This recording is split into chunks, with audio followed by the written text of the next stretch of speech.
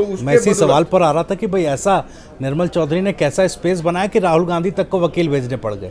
देखिए, इस न्याय की लड़ाई के अंदर कोई भी शामिल होता है इस देश के किसी भी कोने में, तो कांग्रेस पार्टी हर कार्यकर्ता के लिए तैयार है जी। क्योंकि यदि मेरे जैसे लोगों को जगह जगह ये सलाखों के पीछे डाल देंगे जोर जुल्म करके, तो फिर कार्यकर्ता कमजोर हो जाएंगे। तो कांग्रेस पार्टी की मजबूती ही कार्यकर्ताओं की मजबूती है जी। अब मैं थोड़ा सा दलगत राजनीति पर भी आता हूँ भाई। जब सरकार रही कांग्रेस की, उस वक्त कांग्रेस के भीतर जो, और खासकर सचिन पायलट और पूर्व मुख्यमंत्री अशोक गहलोत साहब, अब इन दोनों के बीच निर्मल चौधरी खुद को किस पाले में खड़ा मानते हैं? अगर सरकार आपकी एक हाइपोथेटिकल सिचुएशन है क्योंकि अभी सरकार नहीं है, लेकिन आप खुद को किस पाले में देखते हैं? और कांग्रेस पार्टी, आपको लगता है कि कांग्रेस पार्टी अगर एकजुट रही होती, बतौर युवा नेता मैं पूछ रहा हूँ, ठीक है अलग अलग नेताओं के अलग अलग इस पर विश्लेषण है, अलग अलग तर्क हैं, लेकिन आप जब देखते हैं अपनी पार्टी को, पार्टी के भविष्य के साथ खुद के भविष्य को जोड़कर आगे देखते हैं, तो आपको लगता है कि अगर थोड़ा पार्टी संगठित और रही होती, थोड़ा समन्वय और वह होता, तो मौजूदा समय में कांग्रेस की सरकार रिपीट हो सकती थी? देखिए, मैं आपको बताना चाहूँगा, पूरे देश के अंदर एक राहुल गांधी का पाला है और उसके अंदर प्रत्येक कांग्रेस का सिपाही राहुल गांधी के पाले में, हम सब लोग राहुल गांधी के पाले में, पूरा कांग्रेस परिवार एक पाले में जी।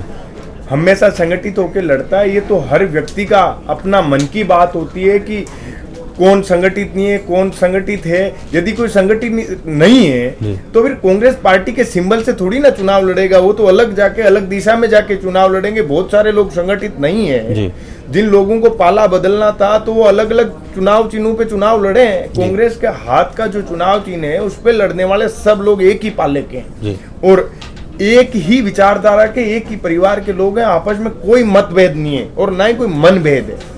आने वाले समय में अपने आप को कहाँ देख रहे हैं भाई इस पॉलिटिक्स में, कांग्रेस के भीतर खास तौर पर? देखिए, मैं खुद को कांग्रेस का कार्यकर्ता मानता हूँ, जनता का सेवक मानता हूँ और हमेशा जीवन भर मेरे लिए पद, पावर, ये सब कोई मायने ही नहीं रखते हैं। मैं जीवन में बिना कुछ रहते हुए भी प्रत्येक व्यक्ति के लिए काम करता हुआ आया हूँ और आगे भी हर जरूरतमंद की मदद करने का मैं प्रयास करता रहूँगा। लेकिन देखिए, इसके लिए तो पावर की भी ज़रूरत होगी ना, पद की भी ज़रूरत होगी। जिस दिशा में आप लगातार ये बात कह रहे हैं कि भाई ठीक है, जनता के सरोकार, चाहे युवा हों, छात्र हों या आम लोग हों, उनकी बात आगे बढ़ानी है, उनकी समस्याएं आगे रखनी है। पद पावर कहीं न तो चाहिएगा उन समस्याओं को दूर करने के लिए। देखिए, पद और पावर जनता देती है। इस लोकतंत्र के अंदर जनता के पास ही अधिकार है जो पद और पावर देने का काम करता है। हम लोगों का तो एक ही काम है कि जनता के हित में जहां जहां उन लोगों को आवश्यकताएं पड़े, ज्यादा से ज्यादा जगह हमारा ये प्रयास रहे कि हम उन लोगों की मदद कर पाएं, उन लोगों की लड़ाई को लड़ पाएं, उन लोगों की दबती हुई आवाज को उठा पाएं। जहां भी देश प्रदेश के किसी भी कोने में यदि कोई शोषण कर रहा है, किसी के साथ कोई कुठाराघात कर रहा है, जनता के साथ कोई धोखा कर रहा है, तो उसके खिलाफ हम लड़ाई को लड़ें। वो हमारा काम सिर्फ लड़ाई लड़ना है। ये जनता का अधिकार है कि लोकतंत्र के अंदर उनको किसको पावर में लाना है, किसको सरपंच बनाना है, किसको विधायक बनाना है, किसको सांसद बनाना है। जी।